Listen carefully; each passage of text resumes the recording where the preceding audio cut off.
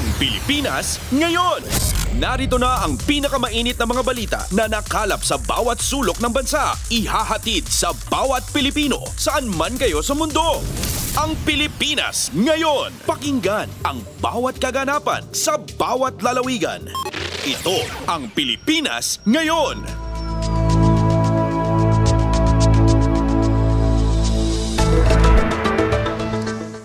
Magandang araw sa ating mga tagapakinig. Welcome po muli sa ating programang Ang Pilipinas Ngayon. Napapakinggan po ninyo saan mang bahagi ng mundo sa pamamagitan ng ating himpilang Radyo Pilipinas World Service ng Presidential Broadcast Service. Napapakinggan po tayo sa Radyo Pilipinas World Service audio streaming sa inyong mga PBS receiver app at sa Radyo Pilipinas World Service official Facebook page at YouTube account. Ito po si Bea Gaza de Guzman. Samahan po ninyo ako sa kabuuan ng ating programa ngayong araw. Kapapalooban pa rin po ng mga mahalagang balita mula dito sa ating bansa, kasama na ang mga segmentong business, sports, showbiz at ang mga ulat mula sa iba't ibang rehiyon ng Pilipinas. Antabayanan po at sa inyo na sa ilang sandali ang kabuuan ng ating programang Ang Pilipinas Ngayon. Mga kaganapan sa Kamaynilaan at mga kalapit na lalawigan dito sa Ang Pilipinas Ngayon. Sa ating mga balita, mariing kinondina ng Malacanang ang paggamit ng mga bastos na pahayag ng ilang mga kandidato sa pangangampanya. Ayon kay Communications Undersecretary at Palace Officer Claire Castro, sinabi ni Pangulong Ferdinand Marcos Jr. na hindi katanggap-tanggap ang ganitong naratibo dahil dapat mapanatili ng bawat kandidato ang respeto, integridad at katotohanan habang nagbibigay ng pangako sa mga botante. Aniya kung dati ay pinapalakpakan ang mga lider na nagsasalita ng mga pambabastos sa mga kababaihan, ipinagmamalaki ang pambababae ng mga kalalakihan at ginagawang biro ang rape, sabi ni Castro, hindi ito pahihintulutan ni Pangulong Marcos. Hindi po dapat nagawing idolo ang mga ganitong klaseng tao. Hindi po dapat ito pamarisan. Hindi na po dapat ito pinapalakpakan. Kung nagawa ito dati at pinapalakpakan, hindi na po sa panganahon ng administrasyon ni Pangulong Marcos na dapat itong mangyari.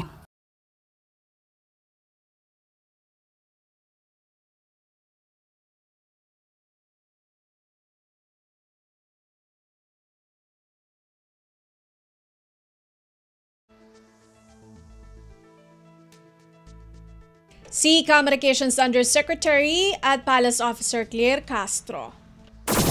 Kumpleto, detalyadong balitaan, di papahuli sa mahahalagang kaganapan. Kamustahin ang inang bayan, ang Pilipinas ngayon.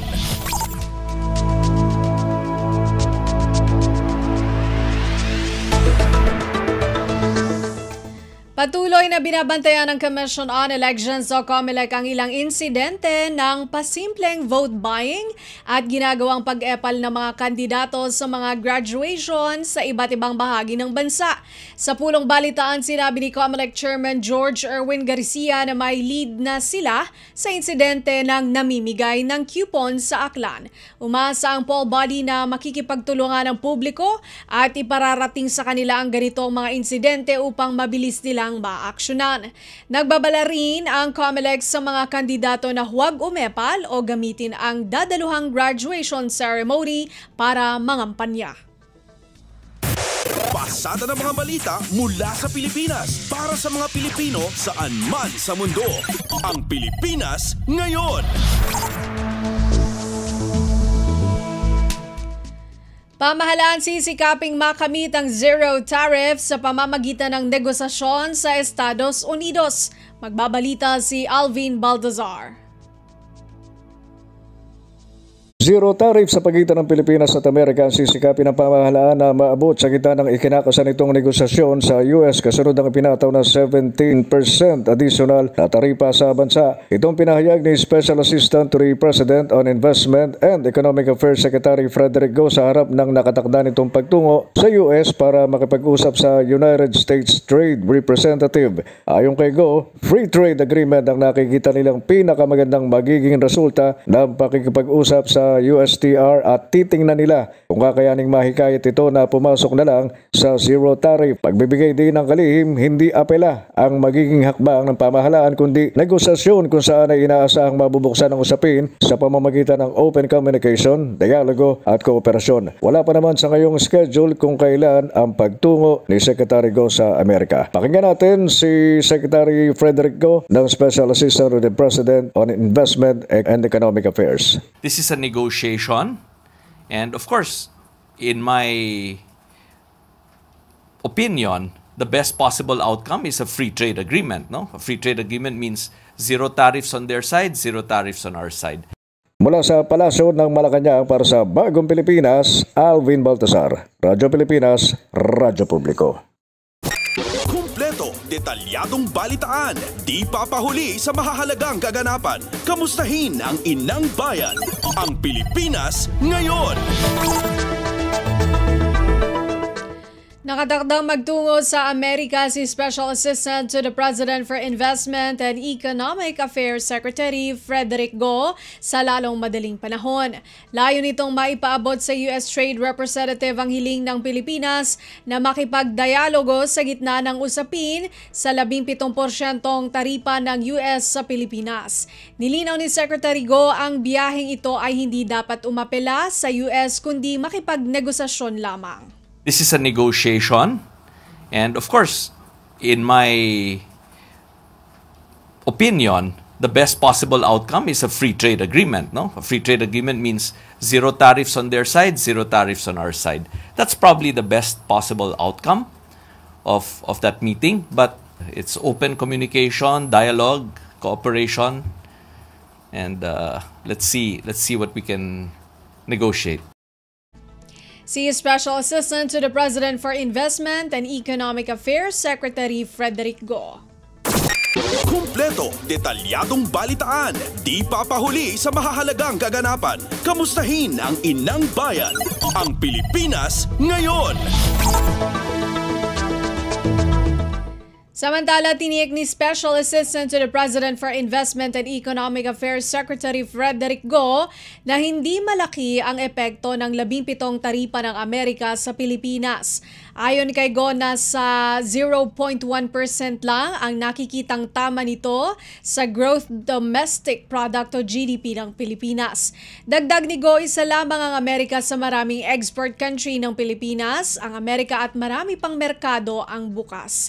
Sabi pa ni Go, dapat pa rin itong ituring na pabor sa bansa dahil isa ang Pilipinas sa may pinakamababang taripa na pinatawan ng Amerika. We have to also think that this is only one export sector of the country, and businesses are generally quite resilient. Kung magsarang isang market, naghahanap po sila ng ibang market na ma-open. Si Special Assistant to the President for Investment and Economic Affairs Secretary Frederick Go. Pasada ng mga balita mula sa Pilipinas para sa mga Pilipino saan man sa mundo. Ang Pilipinas ngayon.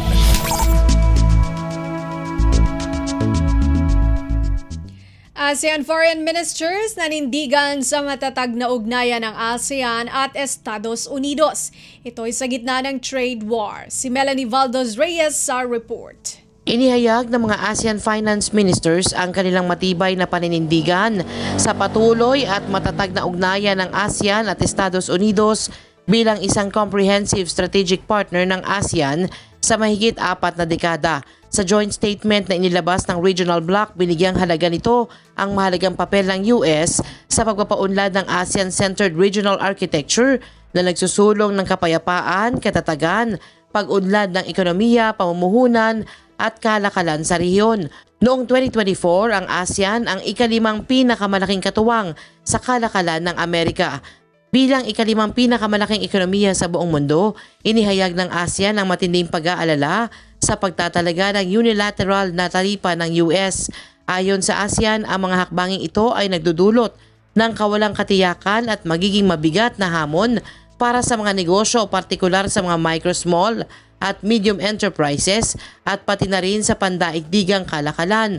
Dagdag pa rito, maapektuhan din ang seguridad at katatagan ng ekonomiya pati na rin ang kabuhayan ng milyon-milyong mamamayan sa rehiyon.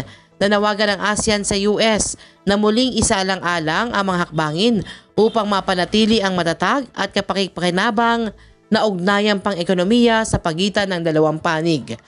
Para sa Bagong Pilipinas, Melanie Valdos Reyes, Radyo Pilipinas, Radyo Publiko.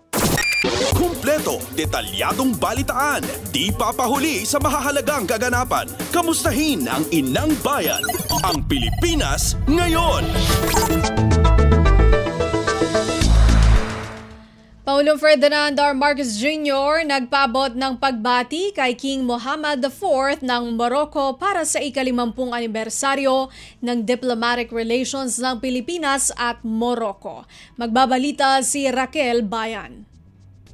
Nagpaabot ng pagbati si Pangulong Ferdinand Marcos Jr. kay King Mohammed IV ng Morocco para sa ika-50 anibersaryo ng diplomatic relations ng Pilipinas at Morocco. Sa kanyang liham, sinabi ni Pangulong Marcos na ang okasyong ito ay isang pagkakataon na alalahanin ang naging tagumpay ng dalawang bansa sa mga nagdaang taon. Pagkakataon rin anya ito upang maglatag ng mga hakbang para sa mas malalim na kooperasyon ng Pilipinas at Morocco sa hinaharap. Samantala, nagpaabot rin ng pagbati si King Mohammed IV kay Pangulong Marcos kung saan binigyang diin niya ang kahalagahan ng matagal ng ugnayan ng dalawang bansa. Ayon sa hari, ang nakalipas na 50 taon ng relasyon ng dalawang bansa ay simbolo ng matatag na ugnayan na nakaugat sa paggalang at matagumpay na kooperasyon. Formal na naitatag ang diplomatic relations sa pagitan ng Pilipinas at Morocco noong April 10, 1975. Binuksan ng Morocco ang embahada nito sa Maynila noong Enero 2017 habang muling binuksan ng Pilipinas ang embahada nito sa Rabat noong December 2019 para sa mas matatag na ugnayan. Sa kasalukuyan, tinatayang nasa 4,600 Pilipino ang naninirahan at nagtatrabaho sa Morocco. Mula sa Malacanang para sa Bagong Pilipinas, Raquel Bayan, Radyo Pilipinas, Radyo Publiko. Pasada ng mga balita mula sa Pilipinas para sa mga Pilipino saan man sa mundo. Ang Pilipinas ngayon. Ambassador Marcos Lacanilao pinalaya na ng Senado. Narito si Nympha Asuncion. Nakalaya na mula sa Senate Detention Facility si Special Envoy on Transnational Crime Ambassador Marcos Lacanilao matapos na hindi pirmahan ni Senate President Cheese Escudero ang contempt order laban sa kanya ayon yan kay Senate Committee on Foreign Relations Chairperson Senadora Amy Marcos. Pinatawan ng contempt ng Senate Committee on Foreign Relations si Lacanilao dahil hindi nakumbinsi ang mga senador sa mga sagot nito kaugnay ng pagkakaaresto kay dating Pangulong Rodrigo Duterte. Matapos ang naging pagdinig ng Senate panel, sinabi ni Justice Secretary Boying Remulla na hihilingin nilang irekonsidera ng Senado ang contempt order laban kay Lacanilao. Ito lalo na anya't kailangang makauwi ng ambasador dahil libing ng lolo nito ngayong araw. Sa huli, hindi nga pinirmahan ni Escudero ang contempt order ng komite ni Senadora Amy dahilan para makalaya na si Lacanilao. Ikinadismaya naman ni Senadora Amy ang naging desisyon ni Escudero. Mula Senado para sa Bagong Pilipinas, Nympha Asuncion, Radyo Pilipinas, Radyo Publiko. Kumpleto, detalyadong balitaan, di papahuli sa mahahalagang kaganapan. Kamustahin ang inang bayan, ang Pilipinas ngayon.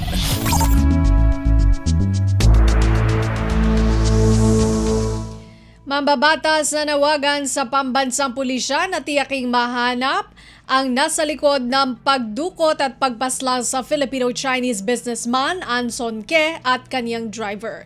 Si Kathleen Forbes sa balita. Nanawagan si Assistant Majority Leader Zia Alonto Adyong sa pambansang pulisya na siguruhing mahahanap ang nasa likod na pagdukot at pagpaslang sa Chinese businessman na si Anson Ke at kanyang driver. Ani Adyong kailangan masigurong mapapanagot ang mga sospek at maibibigay ang hustisya. Pero giit ni Adyong hindi sapat ang naturang insidente para sabihing tumataas ang kriminalidad sa bansa.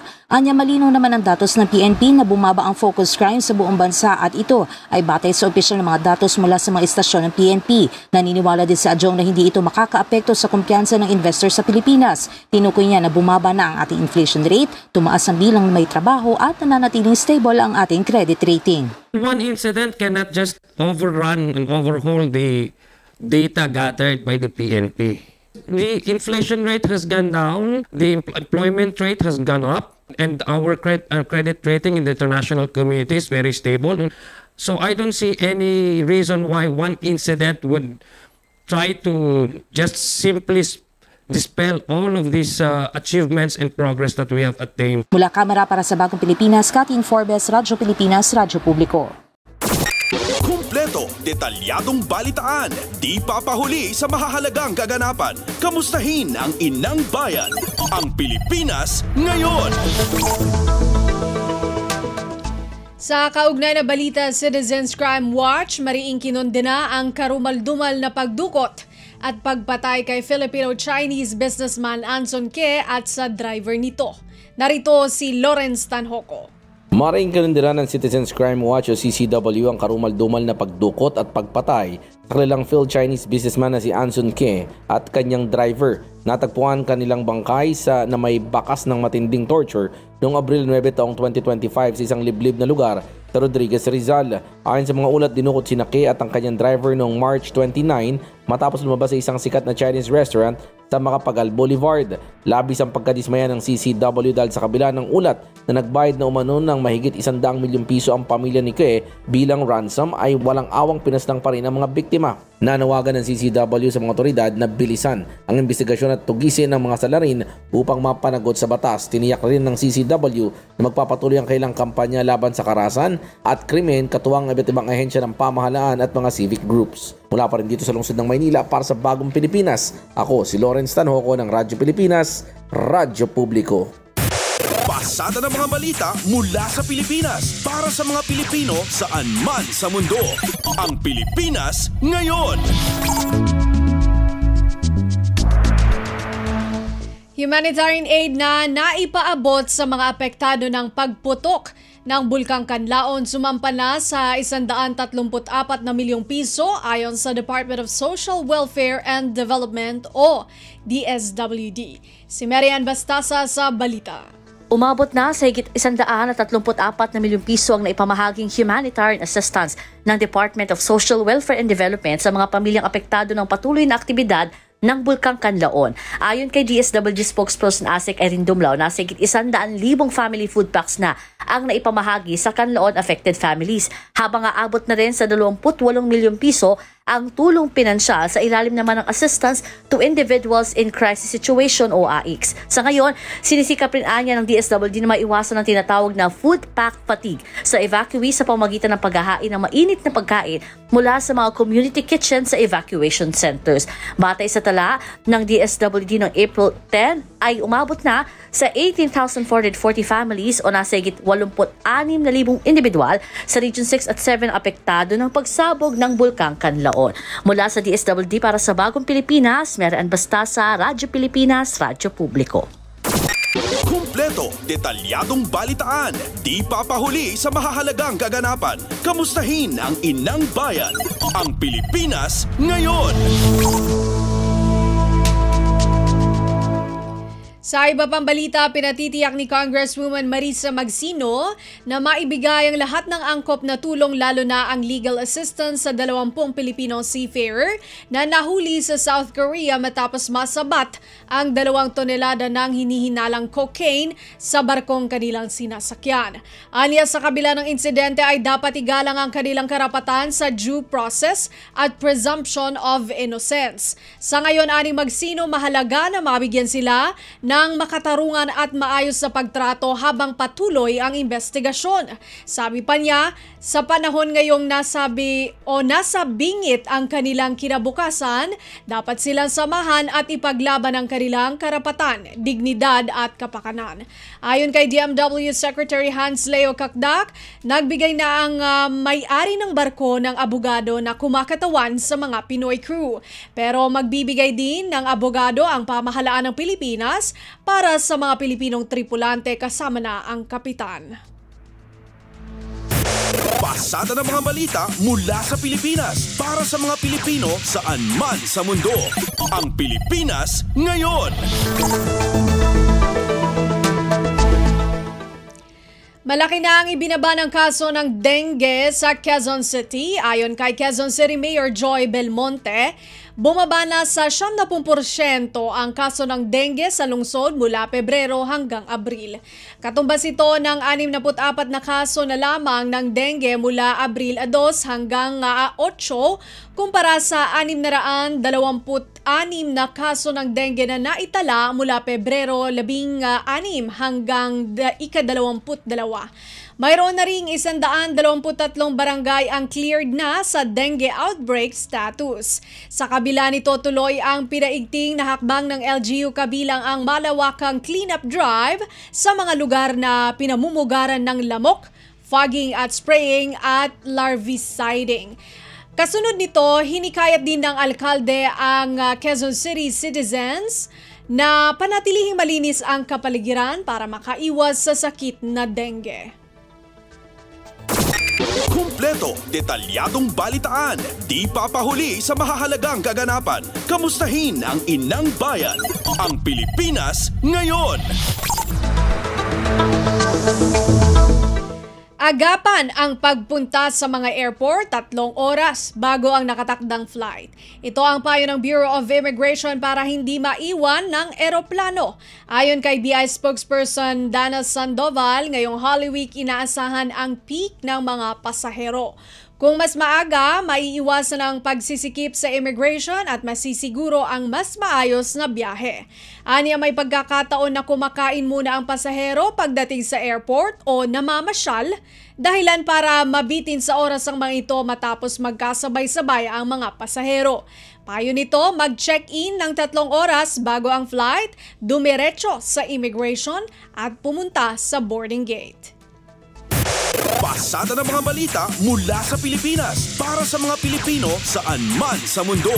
Ang Pilipinas ngayon.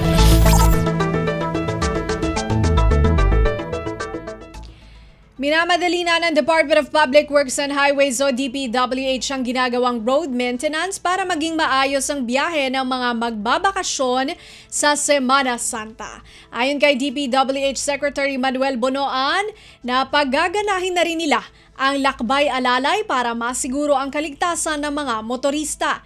Ipinagutos din ng kalihim na siguruhing maayos ang schedule ng mga isinasagawang road projects nang hindi nakokompromiso ang kaligtasan ng lahat.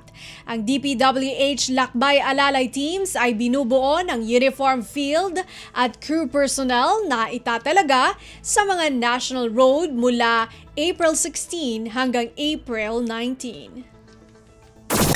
Kumpleto, detalyadong balitaan, di papahuli sa mahahalagang kaganapan. Kamustahin ang inang bayan, ang Pilipinas ngayon. At yan ang ating nakalap ng mga national news. Antabayanan po ang regional news sa pagbabalik po ng programang Ang Pilipinas Ngayon makalipas po ang ilang mga paalala. Bilang paggunita sa Semana Santa, pansamantalang mawawala sa himpapawid ang Radyo Pilipinas simula April 17, Huwebes Santo hanggang April 19, Sabado de Gloria. Magbabalik kami sa regular broadcast sa April 20, Linggo ng Pagkabuhay. Isang ligtas at mapayapang Semana Santa sa ating lahat. Para may maayos na pundasyon para sa kabataang Pilipino, inutos ni Pangulong Ferdinand R. Marcos Jr. na magpatayo ng Child Development Centers or CDCs sa mga low-income barangays sa bansa. These CDCs are venues for the implementation of early childhood care and development center programs and services, especially the early learning programs and family support program. Sa mga center na ito, maaaring makapaglaro, makapagbasa at makapag-aral ang ating mga kabataan. It can also be used as a resource center for developmentally appropriate learning materials and a laboratory for conducting research, data gathering, and innovations about early childhood.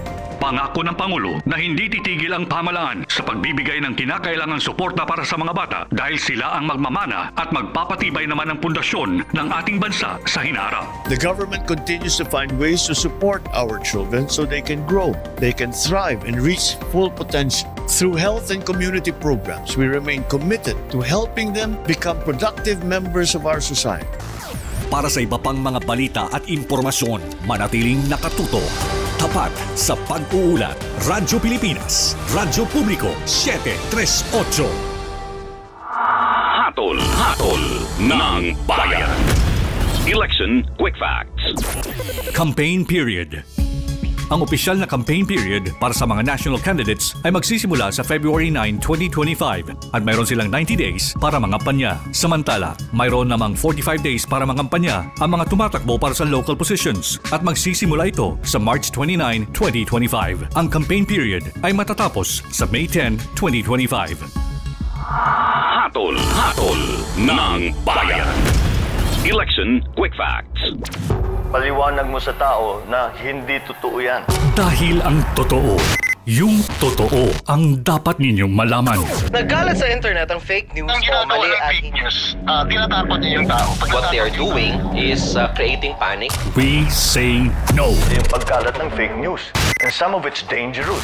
Sana iwasan po natin pag-spread ng fake news. At di magpapakalat ng disinformation at misinformation ang kasulukuyang administrasyon. Stop telling us fake news because you're wrong. Para sa totoo at mapagkakatiwala ang mga balita at impormasyon, Radyo Pilipinas.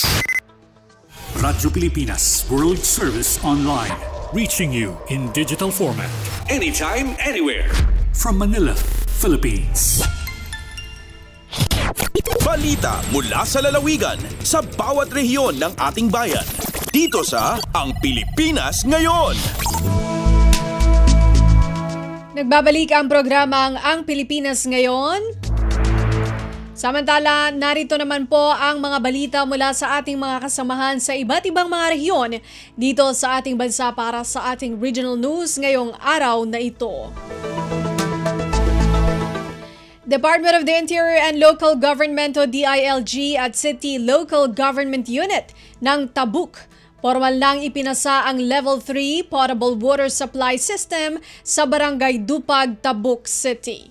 May ulat si Amelia Bumatnong ng RP Tabuk. Formal nga impaimay ti Department of the Interior and Local Government wano DILG kin CLGU Tabuk City iti Level 3 Potable Water Supply System nga gatad 2.5 million pesos para kadagiti residente iti Barangay Dupag iti April 7, 2025. Sigaw ni DILG Kalinga iti nasauwa proyekto ket natungpal babaan iti Support to Barangay Development Program wano SBDP 2024. Panggap dayto ay may paay iti nadalos ken accessible adanom iti tunggal may sa household ng runa iti sitio Bulyagan. Kastamot ang mapasayaat iti salunat ken kalidad iti panagbiag dagiti residente. Iti mensahe na inyunay unay ni DILG Provincial Director Anthony Manolo Ballog nga iti proyekto iti resulta iti whole of nation approach nga daan tarigagay ang maisardeng iti local insurgency wano gulo babaan iti pinagtitinulong dagiti lokal nga opisyales, law enforcement ken dadto mga ahensya karaman iti komunidad. May naig dayto inyibka si Barangay Captain Marco Pagtud iti panagyaman na ken nagkari ang mataripato ken masustinar iti operasyon iti water system. May palagip nga iti SBDP kat may sa flagship program iti NTF-LCAC. Tapno may paay iti basic services kadigiti geographically isolated ken sigud a communist conflict affected barangay. Manipod DZRK Tabuk, Amelia Bumatnong para iti Radyo Pilipinas World Service. Balita mula sa lalawigan sa bawat rehiyon ng ating bayan. Dito sa Ang Pilipinas Ngayon. Maraming salamat, Amelia Bumatnong. Kapulisan ng Manawag handa na sa posibleng pagdagsa ng mga deboto ng Minor Basilica ng Manawag sa panahon ng Semana Santa. Si Verna Beltran ng RP Dagupan sa balita. Impa siguro na Manawag Police Station so kataryaan daran niya jad posibin isabi na sari deboto od balay ya Manawag partikular la sari unla od Minor Basilica of Our Lady o Manawag no panaon niya Kwaresma. Unong kuinon Police Major Peter Paul Sison, Chief of Police ya Manawag Police Station, ilaloan niya na doble so karakalya uunla od abitlan pasan katon kim marawlari tulong od sari force multipliers od balay kabyangan la od sari opisyales na barangay. Rescue toda tan sari miyembro na tulong-tulong barangay Eyes and Eyes o tutubi. Ingkwanto niya, yakatulungan damot sa traffic enforcers na sa LGU tapin man mandoy trapiko no ang bulat agaw.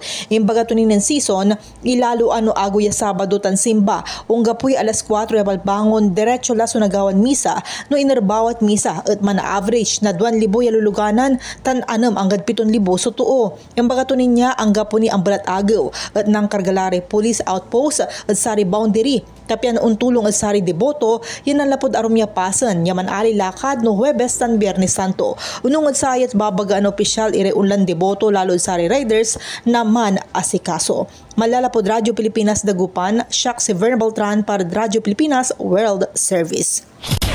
Balita mula sa lalawigan sa bawat rehiyon ng ating bayan. Dito sa Ang Pilipinas Ngayon. Trabaho at serbisyong pangkalusugan sa Bagong Pilipinas umarangkada sa Antipolo, Rizal. Department of Health o DOH naghatid ng libreng health services sa mga Rizaleño. Ang detalye mula kay Joshua Miguel Suarez ng RP Lucena. Umarangkada ang trabaho at serbisyong pangkalusugan sa Bagong Pilipinas sa Antipolo City Educational Sports Hub noong nakaraang Abril 4 na pinangunahan ni Pangulong Ferdinand Romualdez Marcos Jr. Ayon sa opisyal na pabatid ng DOH Center for Health Development Calabarzon, daan-daang Antipoleño ang nakatanggap ng libreng health services tulad ng medical consultation, laboratory tests, HIV screening, X-ray, libreng gamot, electrocardiogram o ECG at pneumococcal vaccination. Bukod sa health services, highlight din ang aktibidad ng pamahalaang nasyonal ang malawakang job fair para sa 4-piece beneficiaries sa lalawigan na nilahukan ng mahigit 1,500 beneficiaries. Maliban sa mga ito, nagkaroon din ng one-stop shop kung saan nakapagproseso mga benepisyaryo ng kanilang mga dokumento mula sa PhilHealth, Philippine Statistics Authority, Pag-ibig Fund at Social Security System. Ang trabaho at serbisyong pangkalusugan sa Bagong Pilipinas ay isa sa mga inisyatiba ng pamahalaang nasyonal upang ilapit ang mga serbisyo sa 4-piece beneficiaries upang magabayan sila sa pagpapaunlad ng kani-kanilang pamumuhay. Mula RP1 Lucena, ito si Joshua Miguel Suarez para sa Radyo Pilipinas World Service. Balita mula sa lalawigan sa bawat rehiyon ng ating bayan. Dito sa Ang Pilipinas Ngayon. Maraming salamat kay Joshua Miguel Suarez. Samantala, pinaghahandaan na ang paglulunsad ng Natural Textile Fiber Innovation Hub o NTFIH sa Catanduanes sa pamamagitan ng pagtutulungan ng Department of Science and Technology, Philippine Textile Research Institute o DOST-PTRI, Catanduanes State University o CATS-SU at Provincial Science and Technology Office o PSTO Catanduanes. Sa isinagawang pagpupulong at site inspection, tinalakay ng mga ahensya ang kasalukuyang progreso ng proyekto at ang kailangang isakatuparan para sa opisyal na pagbubukas ng Innovation Hub. Bahagi ng aktibidad ang pag-inspeksyon sa pasilidad ng CATSU o CATSU na ipinanukalang gawing sentro ng hub, pati na ang mga rekisitong kailangan para sa pagsisimula ng operasyon.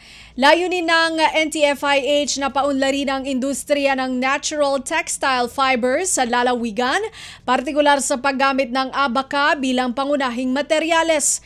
Bumisita rin ang DOST-PTRI sa mga magsasaka sa Baras at Bato upang masaksihan ang paggamit ng Carayan Portable Abaka Fiber Stripping Machine, isang teknolohiyang nakatutulong sa mas epesyenteng pagproseso ng abaka. Inaasahan na sa pamamagitan ng proyektong ito mas mapapalakas ang ugnayan ng agham, teknolohiya at komunidad sa Catanduanes tungo sa mas progresibong lokal na industriya.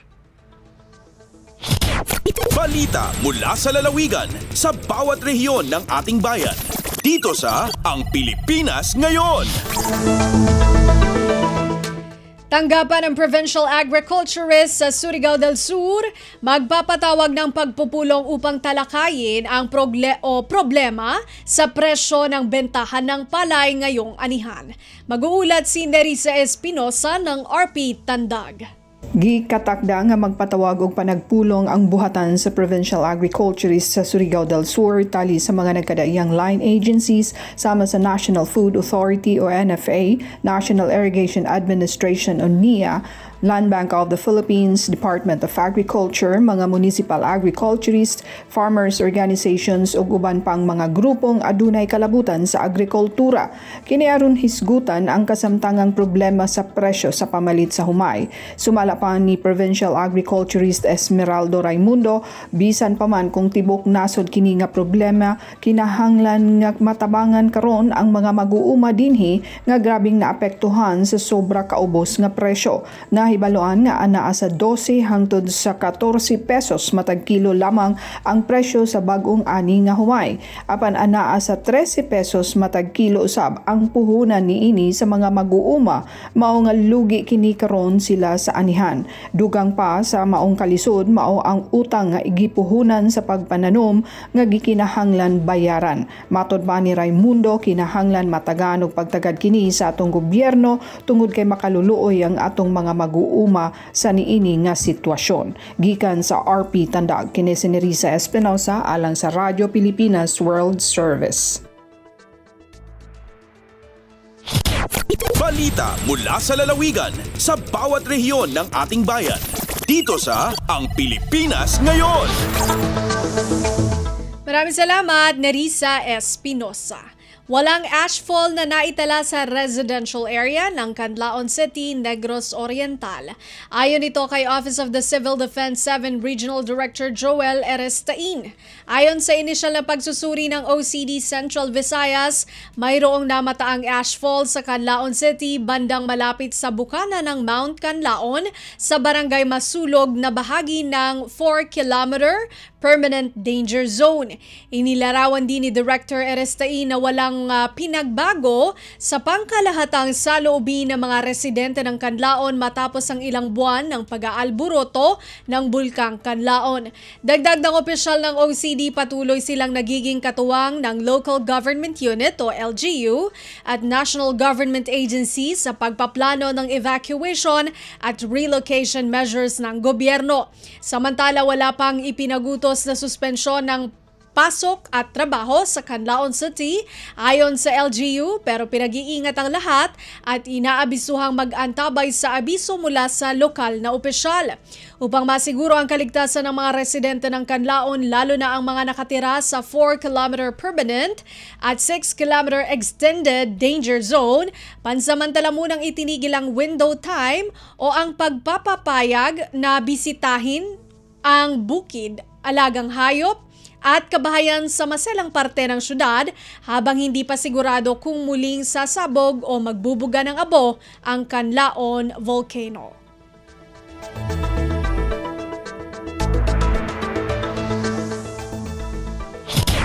Balita mula sa lalawigan sa bawat rehiyon ng ating bayan. Dito sa Ang Pilipinas Ngayon. Aplikasyon para sa BASE at BASE Merit Scholarship Program ng Ministry of Science and Technology pinalawig pa. Balitang hatid ni Eloisa Mohamad ng RP Holo. Masimag tay ma-application in Ministry of Science and Technology at o MOST rin Pasug para ha-base iban base merit scholarship program nila. Habay tay na Dora Hailil, focal person sa MOST Sulu Provincial Office, habulan din ni April mapaon in examination. Bunal, timubtub na sin March 31 niya o in application, nangayo sila yan bang doon extension para ha-application. Habat mapahaba ini, iban kadihilan waktu ima kabataan, maka-apply, iban makatugba si mga requirements. In Bangsamoro Assistance for Science Education at base program, maksud tabangan ng mga deserving senior high school makakawa course sa college ang pagsugpatan na Science, Technology, Engineering, and Mathematics. Sa makatayma sila 8 nga ibupilak allowance bulan-bulan. Samantara, mawut isabihan pakauhaan nga ibupilak in monthly allowance para ha base merit program. Siuyan ang priority course amon makajiri kawaun si mga kabataan amoy na maksud sumud ha scholarship grantee ni sin MOST. Dengha RP Hulo, Eloisa Muhammad para Radyo Pilipinas World Service. Balita mula sa lalawigan sa bawat rehiyon ng ating bayan. Dito sa Ang Pilipinas Ngayon. Maraming salamat, Eloisa Muhammad. Nananatiling malaria-free ang rehiyon ng Northern Mindanao kasabay ng mas pinaigting na kampanya kontra malaria sa rehiyon. Isang rehiyon sa mga matagumpay na nakapagtigil ng lokal na transmisyon ng naturang sakit. Kaugnay nito nagsagawa kamakailan ng Department of Health o DOH Center for Health Development, Northern Mindanao o CHDNM ng isang pagpupulong kasama ang mga malaria coordinators at focal persons mula sa iba't ibang lokal na pamahalaan sa rehiyon. Layo nitong palakasin ang ugnayan ng DOH at ng mga lokal na pamahalaan upang mapanatiling handa at mapagbantay ang rehiyon laban sa posibleng muling pagtaas ng kaso ng malaria. Samantala sa huling ulat, tanging ang lalawigan ng Palawan na lamang ang may naitatalang lokal na kaso ng malaria sa buong bansa. Ayon sa DOH, layunin nitong makamit ang malaria-free status sa buong bansa pagsapit ng taong 2030. Balita mula sa lalawigan sa bawat rehiyon ng ating bayan. Dito sa Ang Pilipinas Ngayon. At narinig po ninyo ang mga balita mula po sa iba't ibang lalawigan dito sa Pilipinas sa pamamagitan po ng ating regional news. Samantala, susunod naman po ang ating balitang negosyo at kalakalan at balitang pampalakasan mula kay Leo Magpayo. Sa pagbabalik po iyan ng programang Ang Pilipinas Ngayon makalipas ang ilang mga paalala. Paliwanag mo sa tao na hindi totoo yan. Dahil ang totoo, yung totoo ang dapat ninyong malaman. Nagkalat sa internet ang fake news o mali at fake news. Tinatapon niyo yung tao. What they are doing is creating panic. We say no. Yung pagkalat ng fake news. And some of it's dangerous. Sana iwasan po natin pag-spread ng fake news. At di magpapakalat ng disinformation at misinformation ang kasulukuyang administrasyon. Stop telling us fake news because you're wrong.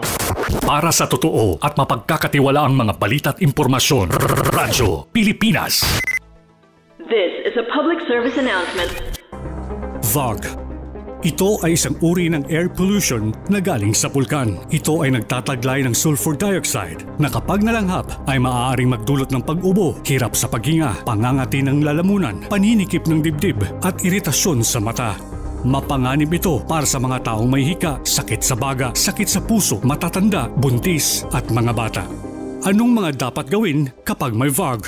Iwasan ang outdoor activities. Kung kinakailangan lumabas ng bahay, magsuot ng N95 face mask. Kung may iritasyon sa mata, dahan-dahang banlawan ang mata gamit ang malinis na tubig.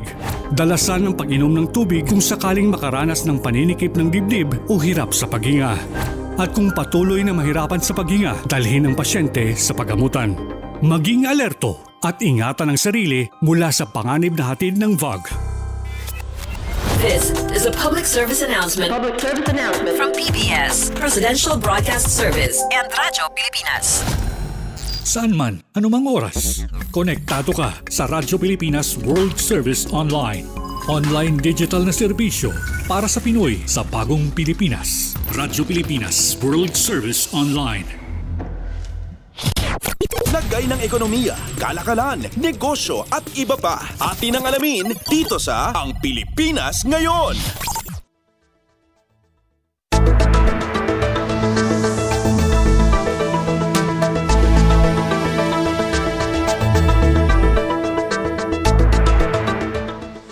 At nagbabalik po ang ating programang Ang Pilipinas Ngayon. Samantala, narito naman po ang balitang negosyo at kalakalan.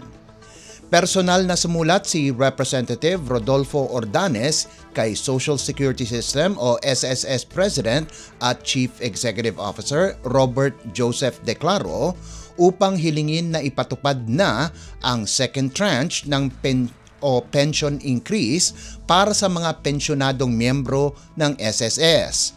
Sabi ni Ordanes, nasa magandang financial position ngayon ang SSS para pagbigyan ang pension hike, lalo na anya at tumaas naman ang contribution rate at nakapagtala sila ng record high net income nitong mga taong 2023 at 2024. Matatandaan na 2017 nang aprubahan ng nakaraang administrasyon ang 2,000 na pension increase, ngunit 1,000 piso pa lang ang naibibigay. Kaya't humirit ang mambabatas ngayon na maibigay na ang dagdag pang 1,000 para mapakinabangan ng nasa mahigit 157,000 na mga pensioners ng SSS. Lagay ng ekonomiya, kalakalan, negosyo at iba pa. Atin ang alamin dito sa Ang Pilipinas Ngayon.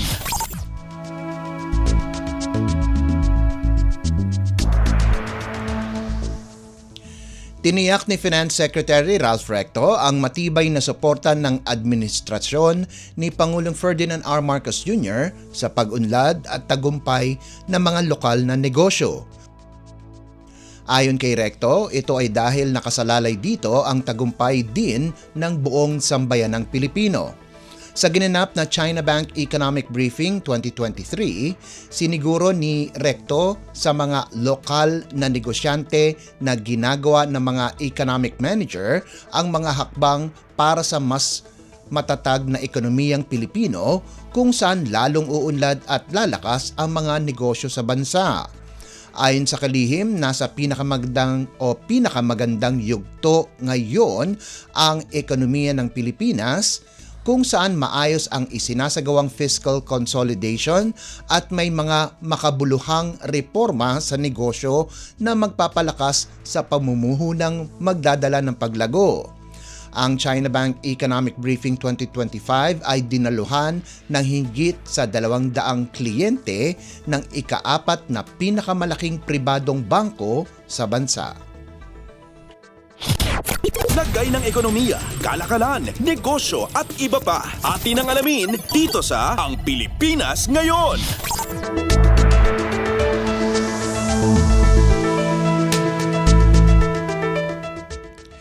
Samantala, sa hangarin na paunlarin ang kalakalan sa pagitan ng United Kingdom at Pilipinas, nagpulong si Finance Secretary Ralph Recto at ang British Chamber of Commerce of the Philippines or BCCP. Layon ng pag-uusap na i-promote ang trade and investment sa pagitan ng dalawang bansa. Kabilang sa mga pangunahing inisyatiba na tinalakay ay ang digital transformation, cybersecurity at food inflation.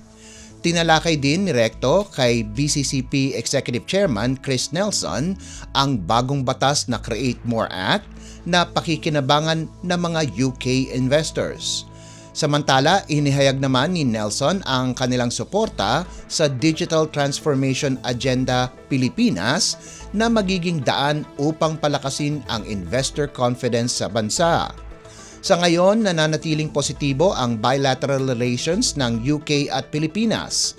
Ang United Kingdom ang nangungunang source ng foreign direct investment o FDI inflows ng bansa.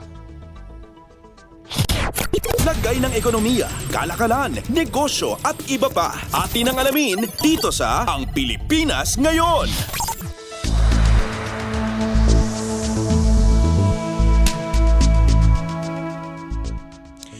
Pinasinayaan na ng Department of Agriculture o DA ang vaccine unit sa Center for Transboundary Animal Diseases o CENTRAD.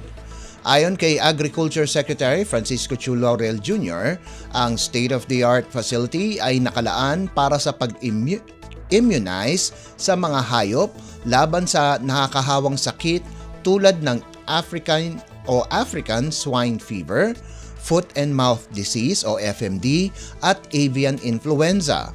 Ang mga sakit na ito ang pangunahing banta sa livestock at poultry industry sa bansa, gayon din sa food security sa bansa.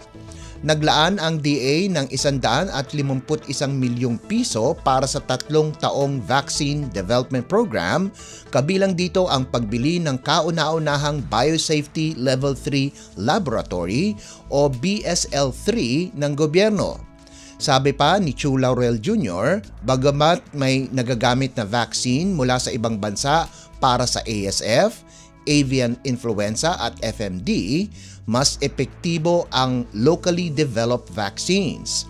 Anya, ang pasilidad na nakalaan lamang para sa vaccine unit sa Centrad ay mahalaga para matugunan ang pagkalugi sa ekonomiya dulot ng ASF at avian influenza at para mabantayan ang mga hayop sa bansa laban sa FMD. Lagay ng ekonomiya, kalakalan, negosyo at iba pa. Atin ang alamin dito sa Ang Pilipinas Ngayon.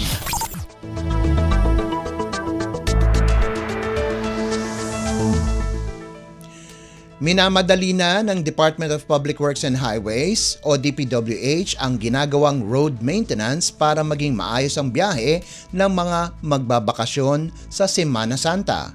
Ayon kay DPWH Secretary Manuel Bonoan na pagaganahin na rin nila ang lakbay alalay para masiguro ang kaligtasan ng mga motorista.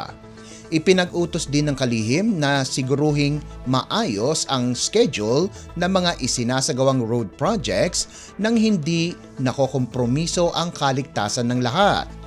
Ang DPWH Lakbay Alalay Teams ay binubuo ng uniformed field at crew personnel na itatalaga sa mga national road mula Abril 16 hanggang 19. Lagay ng ekonomiya, kalakalan, negosyo at iba pa. Atin ang alamin dito sa Ang Pilipinas Ngayon.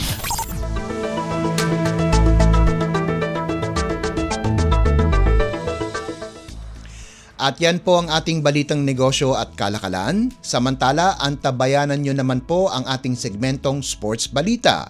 Yan po sa pagbabalik ng ating programang Ang Pilipinas Ngayon, pagkalipas lang po ng ilang paalala. Lagay ng ekonomiya, kalakalan, negosyo at iba pa. Atin ang alamin dito sa Ang Pilipinas Ngayon. Para may maayos na pundasyon para sa kabataang Pilipino, inutos ni Pangulong Ferdinand R. Marcos Jr. na magpatayo ng Child Development Centers or CDCs sa mga low-income barangays sa bansa. These CDCs are venues for the implementation of early childhood care and development center programs and services, especially the early learning programs and family support program. Sa mga center na ito, maaaring makapaglaro, makapagbasa at makapag-aral ang ating mga kabataan. It can also be used as a resource center for developmentally appropriate learning materials and a laboratory for conducting research, data gathering, and innovations about early childhood. Pangako ng Pangulo na hindi titigil ang pamahalaan sa pagbibigay ng kinakailangang suporta para sa mga bata dahil sila ang magmamana at magpapatibay naman ng pundasyon ng ating bansa sa hinaharap. The government continues to find ways to support our children so they can grow, they can thrive and reach full potential. Through health and community programs, we remain committed to helping them become productive members of our society. Para sa iba pang mga balita at impormasyon, manatiling nakatuto. Tapat sa pag-uulat. Radyo Pilipinas, Radyo Publiko 738. Bilang paggunita sa Semana Santa, pansamantalang mawawala sa himpapawid ang Radyo Pilipinas simula April 17, Huwebes Santo, hanggang April 19, Sabado de Gloria. Magbabalik kami sa regular broadcast sa April 20, Linggo ng Pagkabuhay. Isang ligtas at mapayapang Semana Santa sa ating lahat. Saan man, anumang oras, konektado ka sa Radyo Pilipinas World Service Online. Online digital na serbisyo para sa Pinoy sa bagong Pilipinas. Radyo Pilipinas World Service Online. Updates at pinakahuling mga usapin sa mundo ng palakasan. Atin ang pakinggan dito sa Ang Pilipinas Ngayon.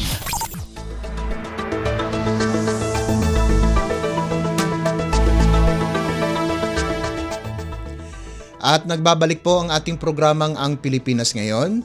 Narito naman po ang Sports Balita. Nanalo via unanimous decision si dating 4 Division Champion Donnie Nietes sa kanyang unang laban pagkaraan ng halos 3 taon laban sa kapwa Pinoy na si Miller Alapormina nitong Huwebes na ginanap sa Ilorde Sports Center sa Parañaque City. Ipinakita ng 42 anyos na si Nietes ang kanyang signature jab, uppercut at right straight sa buong laban. Inilabas naman ni Alapormina ang kanyang lakas sa laban, subalit nakatanggap ito ng malilinis na suntok mula kay Nietes buong gabi. Lahat ng tatlong hurado ay pumabor kay Nietes pagkalipas ng 6 na rounds para pagandahin ang kanyang professional na record sa 44 wins, 2 losses at 6 draws na may 23 knockouts. Ang scorecards ng lahat ng hurado ay pare-parehong 59-55 na pumabor kay Nietes.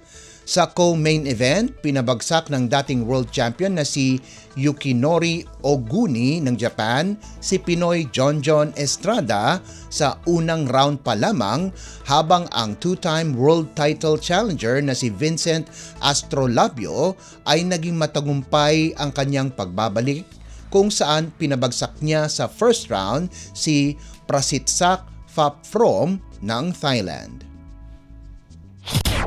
Updates at pinakahuling mga usapin sa mundo ng palakasan. Atin ang pakinggan dito sa Ang Pilipinas Ngayon.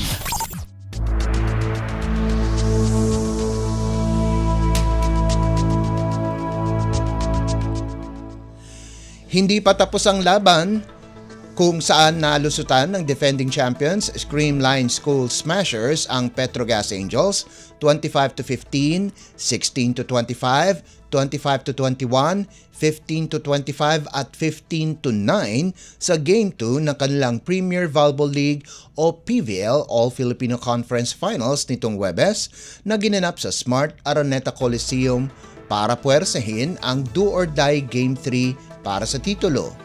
Pinangunahan ni Bernadette Pons ang opensa ng Cool Smashers sa nalikom nitong 22 puntos, habang nag-ambag sina Gemma Galanza at Pangs Panaga ng 13 at 12 puntos ayon sa pagkakasunod para tablahin ang best of 3 series ng dalawang koponan. Nagtapos naman na may 18 puntos, 10 excellent digs at 14 na excellent receptions si Brooke Van Sickle sa panig ng Gas Angels, habang nagdagdag si MJ Phillips at Jonas Sabete ng 15 at 14 na puntos ayon sa pagkakasunod. Dahil sa panalo, ang bronze medal match sa pagitan ng Chocomucho at Akari ay lalaruin din, kung saan ang serye nila ay tabla sa 1-all. Ang Game 3 ng bronze medal match at finals ay kapwa gaganapin itong darating na Sabado. Updates at pinakahuling mga usapin sa mundo ng palakasan. Atin ang pakinggan dito sa Ang Pilipinas Ngayon.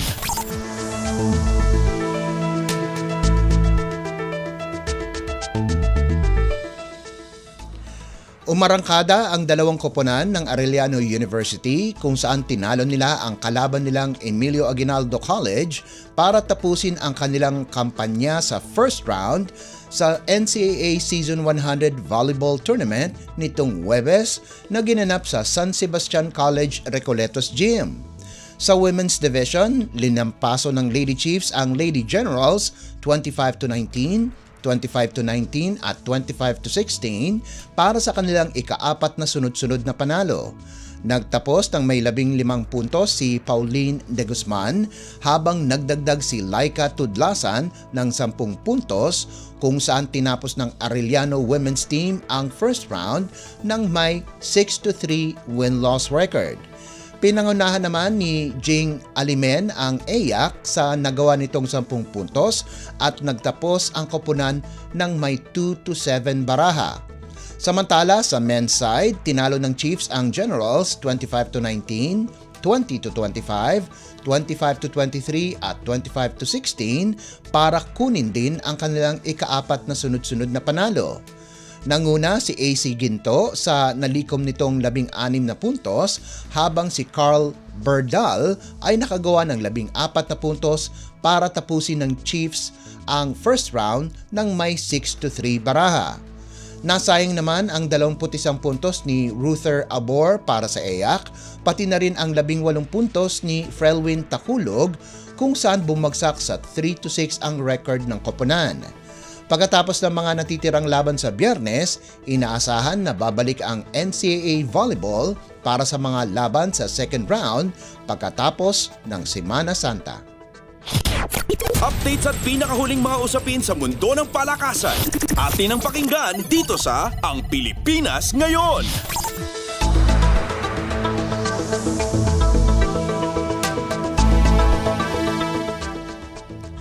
Magkakaroon ng panibagong kampyon sa NCAA Juniors Basketball Tournament. Itong Biyernes ng hapon sa PhilOil Eco Oil Center, sisimulan ng University of Perpetual Help System Delta at LaSalle Green Hills, ang high school team ng De La Salle College of St. Benilde, ang kanilang best of 3 affair para sa karapatan na maging Juniors Basketball Champions ng Centennial Season ng NCAA. Hindi na bago ang kapwa-eskwelahan sa finals. Noong season 98, nasa championship round ang Benilde LSGH kontra sa nagkampiyon na Coleo de San Juan de Letran. Nasa greenies sa mga panahon na yon sina Luis Pablo at Seven Gagate para pangunahan ang Mandaluyong-based squad kasama si head coach Renren Ritualo. Sa huli, nakuha ng Squires ang tropeo sa season na yon at naulit ito sa susunod na taon. Noong season 99 naman, ang Perpetual Junior Altas sa pangunguna ni Amiel Asido at Mark Goho Cruz sa ilalim ni rookie head coach Geoff Cleopas ang nagkaroon ng pagkakataon na makatapat ang Squires. Ilan sa mga players na naglaro sa season 99 squad ay naglalaro pa rin sa Perpetual, katulad ni na most valuable player contender LeBron James Daep at sina JD Pagulayan at Jan Roluna. Bago ang finals, tinapos ng Perpetual ang elimination round sa tuktok ng team standings, tangan ang 8-1 record bago pinatalsik ang San Beda University sa Final Four.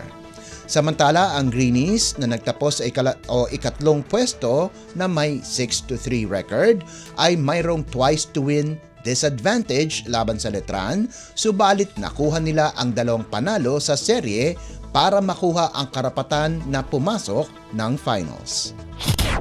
Updates at pinakahuling mga usapin sa mundo ng palakasan. Atin ang pakinggan dito sa Ang Pilipinas Ngayon.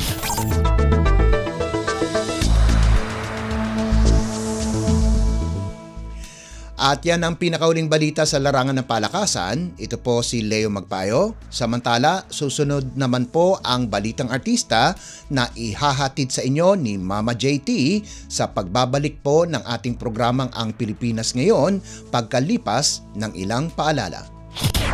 Updates at pinakahuling mga usapin sa mundo ng palakasan. Atin ang pakinggan dito sa Ang Pilipinas Ngayon. Hatol ng bayan. Election Quick Facts.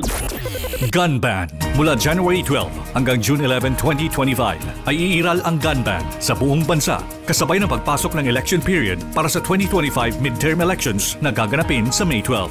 Ang mga lalabag ay papatawan ng parusang pagkakakulong sa loob ng 1 hanggang 6 na taon, permanent disqualification from public office, at aalisan ng karapatang bumoto.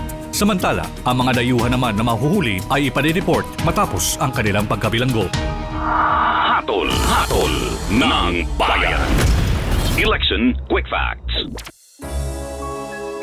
Bilang paggunita sa Semana Santa, pansamantalang mawawala sa himpapawid ang Radyo Pilipinas simula April 17, Huwebes Santo, hanggang April 19, Sabado de Gloria. Magbabalik kami sa regular broadcast sa April 20, Linggo ng Pagkabuhay. Isang ligtas at mapayapang Semana Santa sa ating lahat. Radyo Pilipinas World Service Online, reaching you in digital format. Anytime, anywhere. From Manila, Philippines. Ang latest, ang hottest sa showbiz and entertainment. Heto na sa Ang Pilipinas Ngayon.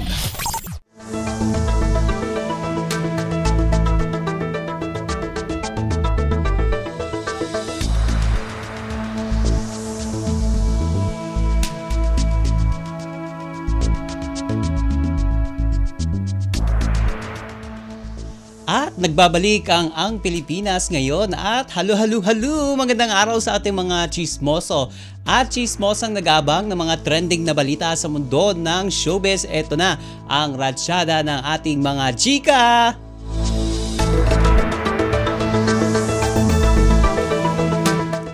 Ito, bukod kay Dennis Padilla ay hindi rin pala invited si Claudine Barreto sa kasal ng kanyang pamangkin na si Claudia Barreto at ng longtime boyfriend nitong si Basti Lorenzo. Ito ang revelasyon ng tatay ni Claudia na si Dennis Padilla matapos maglabas ng sama ng loob sa umano'y pambabaliwala sa kanya sa naganap na wedding ng anak. At feeling ni Dennis, naging parang isa lamang siya sa mga guests sa kasal ng sariling anak at pinagkaitan ng pagkakataon na maihatid sa altar ang kanyang anak. Base sa interview kay Dennis ng host content creator na si OG Diaz, nabanggit ni Dennis na maging ang tita ni Claudia na si Claudine nga ay hindi naimbitahan sa kasal. Ayon sa komedyante, nakiusap pa raw itong si Claudine sa atin yung si Marjorie Barreto na nanay nga ni Claudia na baka pwede siya magpunta sa kasal para lang magbigay ng regalo niya sa pamangkin at sa groom nito. Pero eto, blinak umano si Claudine sa Viber kung saan sila nag-uusap ni Marjorie. Dahil dito naiyak nga itong talagang nalungkot itong si Claudine. Sabi nga quote and quote, tumawag si Claudine kagabi sa akin. She send Viber messages to Marjorie. Kung pwede naman siyang umattend, magbibigay lang ng gift kay Claudia. At pangatlong message binura, tapos blinak pa siya. So hindi na pumasok ang messages niya, kaya iyak siya ng iyak. Sabi nga ni Dennis Padilla. At sabi pa niya, quote and quote, sabi ko kahit hindi ka invited, pumunta ka. Tatabihan kita. Alam mo naman kung gaano ka ka-spoiled o kung gaano ka-spoiled si Claudia kay Claudine. Parang anak niya yon. Pahayag pa ng komedyante. Sa tanong nga ni Mama Ogs kung okay ba sina Claudine at Marjorie, sabi nga ng content creator, quote and quote, pagkaunawa ko hindi. Nakikiusap nga siyang ma-invite Kaya nga sinabi ko sa kanya na kahit hindi ka invited, pumunta ka at tatabihan kita. At kasi kung dumating naman siya, alangang itaboy mo. Si Claudine Barreto yun, saka tiyahin mo, kamag-anak mo yun at kadugo yun, sagot ni Dennis. At ito, pati raw ang nakatatandang kapatid ni na Marjorie at Claudine na si Gretchen Barreto ay hindi rin daw imbitado. Pero sabi ni Dennis, naniniwala siyang hindi si Claudia ang nagdesisyon na hindi siya ang maghahatid sa anak patungong altar. Ayon sa komedyante, nakita raw niya sa mga mata ng anak na hinahanap siya nito at nais nitong siya ang maghatid sa kanya sa altar. Ang latest, ang hottest sa showbiz and entertainment. Heto na sa Ang Pilipinas Ngayon.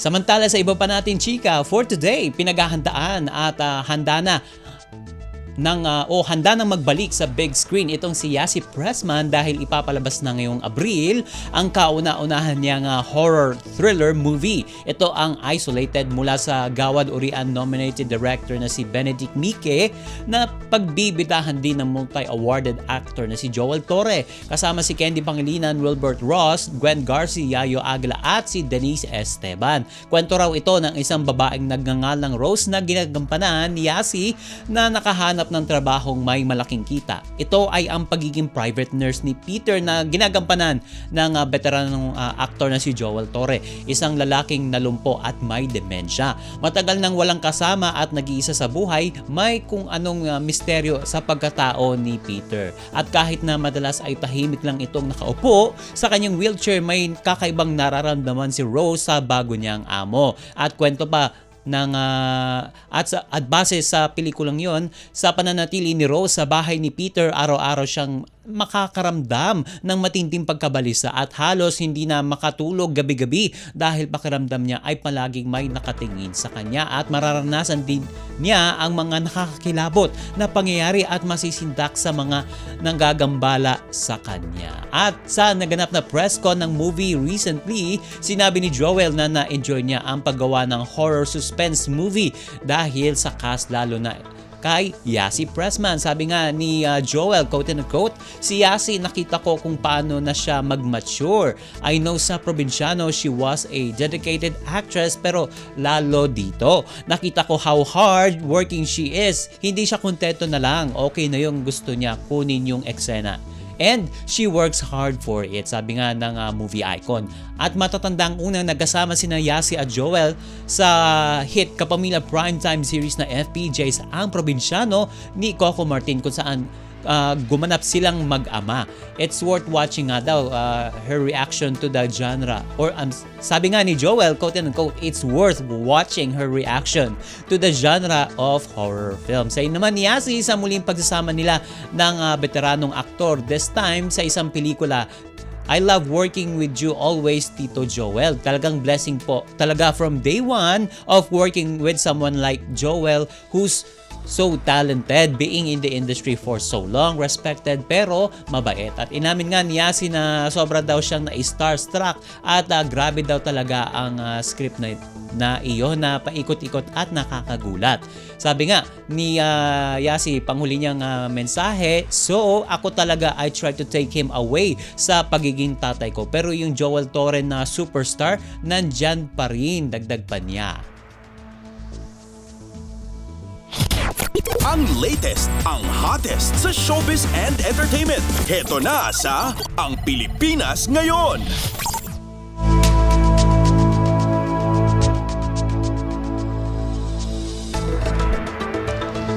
Sa uli natin, chika, for today, pinuri ng chairman ng Film Development Council of the Philippines o FDCP na si Direk Jose Javier Reyes ang gobyerno, lalo na itong si First Lady Liza Araneta Marcos dahil sa kauna-unahang pagkakataon bumili ang pamahalaan ng restoration machine para ma-restore at panatilihin ang mga lumang Pilipinong pelikula na maituturing na klasiko.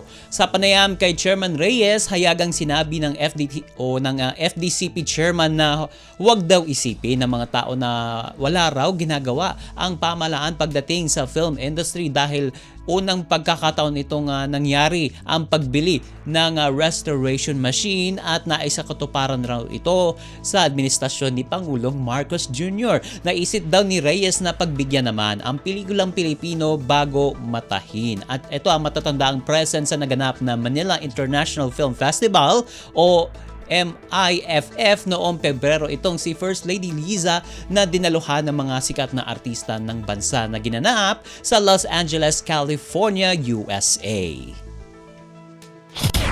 Ang latest, ang hottest sa showbiz and entertainment. Heto na sa Ang Pilipinas Ngayon.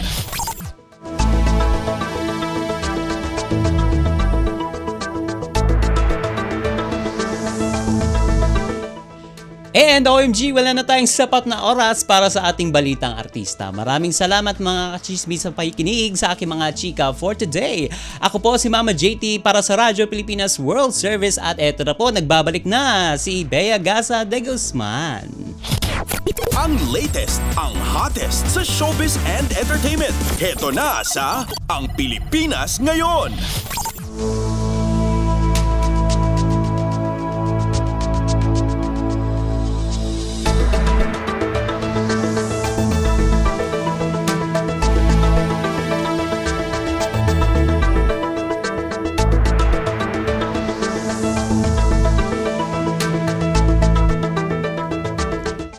Salamat kay Mama JT para sa Showbiz Balita at kay Leo Magpayo para sa ating naging balitang sports at balitang business.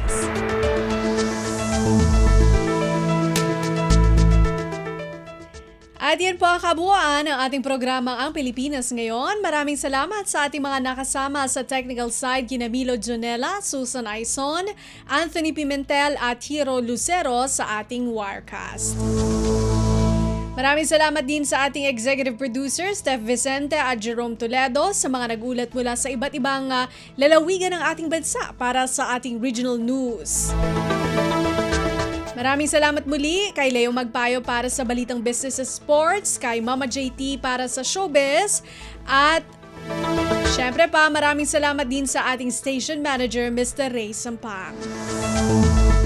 Hanggang sa susunod na edisyon ng ating programang Ang Pilipinas Ngayon, ito si Bea Gaza de Guzman. Magandang araw.